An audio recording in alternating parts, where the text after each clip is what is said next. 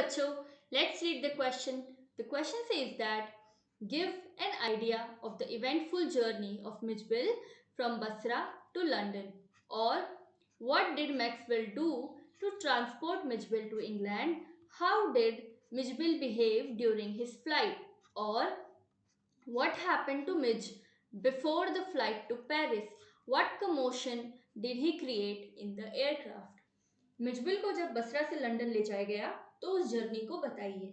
या फिर इस सवाल को हम इस तरह भी समझ सकते हैं कि मैक्सवेल ने क्या किया मिजबिल को इंग्लैंड भेजने के लिए, और मिजबिल ने फ्लाइट में किस तरीके का बर्ताव किया। या फिर सवाल को हम इस तरह भी समझ सकते हैं कि पेरिस वाली जो फ्लाइट थी उससे पहले मिजबिल को क्या हुआ और उसने एयरक्राफ्ट में क्या कमोशन क्रिएट किया, यानी कि क्या हैवोक उसने क्रिएट किया। Let's understand the key concepts. Transporting Mijbil to England. Mijbil को इंग्लैंड भेजना. Transporting Mijbil from Basra to London was really a problem. Mijbil को बसरा से लंदन भेजना एक बहुत बड़ी प्रॉब्लम थी. The British airline would not fly animals. जो ब्रिटिश एयरलाइन थी वो मतलब जानवर को ले जाने के लिए उन्होंने मना कर दिया, यानी कि प्लेन में जानवर नहीं ले जा सकते ब्रिटिश एयरलाइन की जितनी भी प्लेन्स हैं.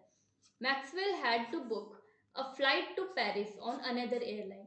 इसलिए फिर मैक्सवेल ने क्या किया, दूसरी एयरलाइन के जरिए पेरिस तक के लिए एक फ्लाइट बुक करी. According to the instructions, Mijbil was put into a box not more than 18 inches square. और उनके इंस्ट्रक्शंस के अकॉर्डिंग मिजबिल को एक डब्बे में रखना था और वो डब्बा 18 इंचेस से ऊपर नहीं होना चाहिए. Luckily, the seat booked for him was at the extreme front. और उसकी किस्मत अच्छी थी कि जो सीट उसने अपने लिए बुक कराई थी वो एकदम फ्रंट में थी, आगे ही आगे. He covered the floor around his feet with newspapers.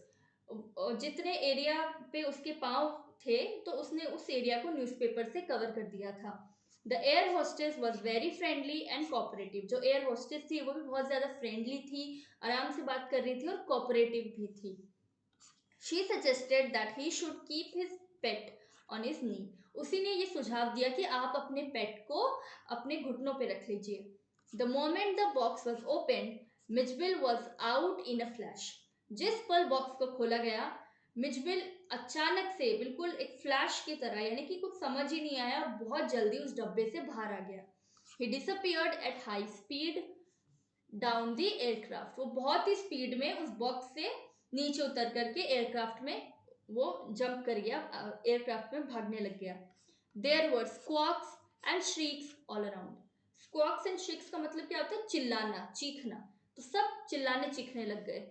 A woman stood up from her seat crying a rat, a rat. एक औरत तो अपनी सीट से खड़ी हो गई और चिल्लाने लग गई कि एक चूहा, एक चूहा. Maxwell saw sorry Maxwell saw Mijbil disappearing beneath the legs of a portly turbaned Indian. Maxwell ने मिजबिल को देखा कि वो कहाँ गायब हो रहा है.